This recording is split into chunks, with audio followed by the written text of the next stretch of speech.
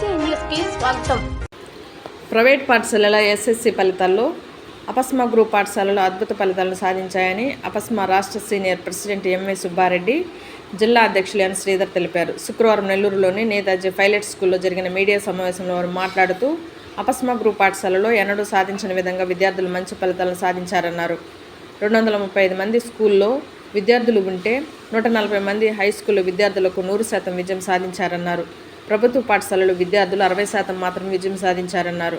June 7న private పాఠశాలల ఉపాధ్యాయులకు నూతన పాఠశాలలపై శిక్షణ తరగతులు నెల్లూరులో ఇవ్వడం జరుగుతుందన్నారు. సగ్రమైన పూర్తి విద్యార్థులకు న్యాయం చేసేందుకు ఈ శిక్షణ క్లాసులు ఉపయోగపడుతున్నాయన్నారు.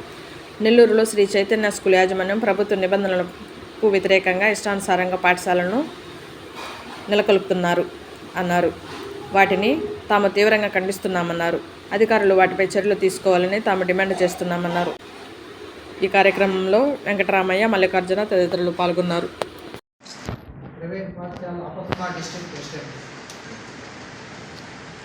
మొన్న ప్రైవేట్ పాఠశాలలు ఎస్ఎస్సి ఎగ్జామినేషన్లు ఎస్పెషలీ అపస్మా గ్రూప్ ఆఫ్ స్కూల్స్ అద్భుతమైన ఫలితాలు సాధించాయి. మా అపస్మా గ్రూప్లో మొత్తం 235 స్కూల్స్ ఉన్నాయి జిల్లాలో. అందులో 140 హై స్కూల్స్ ఉన్నాయి.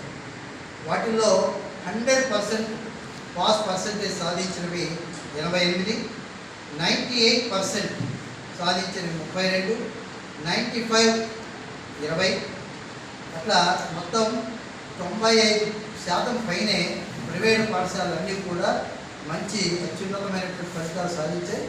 590 అబోవ్లో సుమారుగా జిల్లా మొత్తంలో 150 మంది వచ్చారని సందర్భంగా గర్వంగా తెలియజేస్తున్నాను. At the same time government 60 బిలోలోనే ఉన్నది. బికాజ్ ఇవన్నీ కూడా నాకు ఎంయూఓస్ ఇచ్చినటువంటి రిపోర్ట్స్ ఆధారంగానే అన్ని మండలాల నుంచి నేను సేకరించి ఇవి మీకు అందజేస్తున్నాను. అలాగే ప్రైవేట్ పాఠశాలలు ఈ జిల్లాలో గణనీయమైనటువంటి నెంబర్తో కలిగి ఉన్నాయి. సుమారుగా ఒక 45,000 మంది విద్యార్థులు ప్రైవేట్ పాఠశాలలో చదువుతున్నారు. రేపు జూన్ 7వ తారీఖున ప్రైవేట్ పాఠశాలల 10th క్లాస్ ఉపాధ్యాయులు, ఎందుకంటే ఈ అకాడమిక్ ఇయర్ నుంచి 10వ తరగతి పాఠ్యాంశాలు పూర్తిగా మారాయి, కొత్త పుస్తకాలు వచ్చాయి. సో నూతన సిలబస్కి ఎవరైతే ఈ సిలబస్ను తయారు చేసిన ఎస్సీఆర్టీ ఉపాధ్యాయులు, పాఠ్యాంశాలు ఇచ్చినటువంటి ఉపాధ్యాయులు, వాళ్ళని స్టేట్ రిసోర్స్ పర్సన్స్ అంటారు. వాళ్ళని పిలిపించి మా ఉపాధ్యాయులకి రేపు సిల్వర్ ఓక్ స్కూల్లో జూన్ 7వ తారీఖున మేము శిక్షణా తరగతిని కూడా ఇస్తున్నాం. తద్వారా మా ప్రైవేట్ పాఠశాలలో ఉండేటువంటి విద్యార్థికి సమగ్రమైనటువంటి అకాడమిక్ వైపున మేము పూర్తి న్యాయాన్ని చేయగలగామని చెప్పి ఎవరైతే పాఠ్యపుస్తకాలు రాసిన టీచర్లే వచ్చి మా ఉపాధ్యాయులకి ట్రైనింగ్ ఇవ్వడం అనేది రాష్ట్రంలో. నేతాజీ సుబ్బారెడ్డి, అపస్మా రాష్ట్ర సీనియర్ అధ్యక్షుడి. అపస్మా అంటే ఆంధ్రప్రదేశ్ ప్రైవేట్ మేనేజ్మెంట్ అసోసియేషన్. ఇది ప్రైవేట్ స్కూల్లో బలమైన అసోసియేషన్. ఈ సందర్భంగా దాదాపు 175 నియోజకవర్గాలు మనకు కాన్స్టిట్యూషన్. 175 నియోజకవర్గాల్లో అపస్మా స్ట్రాంగ్గా అసోసియేషన్ ఉన్నాయి. అలాగే నెల్లూరు జిల్లా అన్ని జిల్లాలో కూడా. ఈ సందర్భంగానే గతంలో లేని విధంగా ఈ టీచర్స్ ఎమ్మెల్సీలు దాదాపు 3 అపస్మా తరపునే మేము నిలబెట్టేసి 3 కూడా గెలిపించడం జరిగింది. అందులో పశ్చిమ రాయలసీమ నుంచి రామచంద్ర రెడ్డి గారు గెలుస్తాగా అనిపించింది. తూర్పు రాయలసీమ నుంచి చంద్రశేఖర్ రెడ్డి గారు, కృష్ణా గుంటూరు నుంచి కంపరాజ రెడ్డి గారు 3 ఎమ్మెల్సీలుగా మా వైపు ఉన్నారు. ఇంకా 2 ఎమ్మెల్సీలు కూడా ఆల్రెడీ శ్రీకాకుళం, విజయనగరం, విశాఖపట్నం వరకు east west.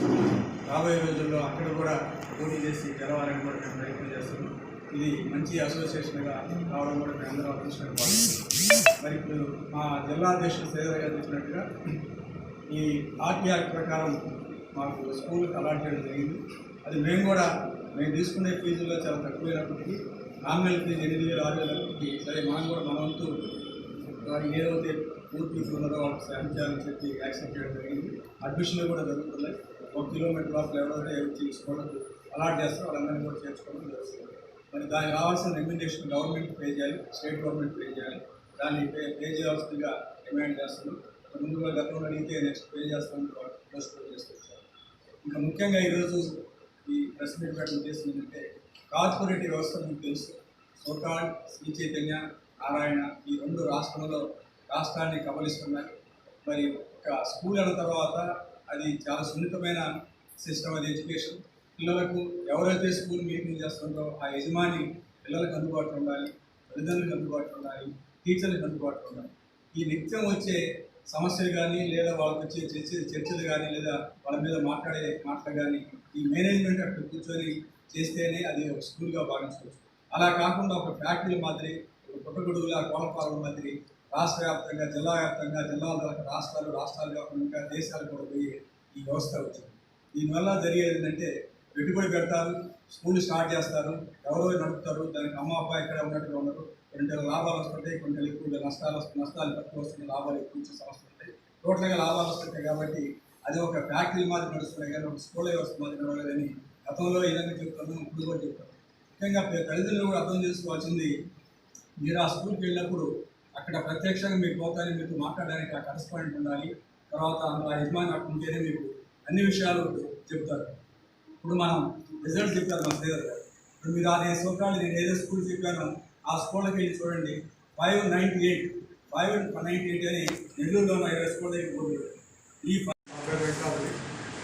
University vice president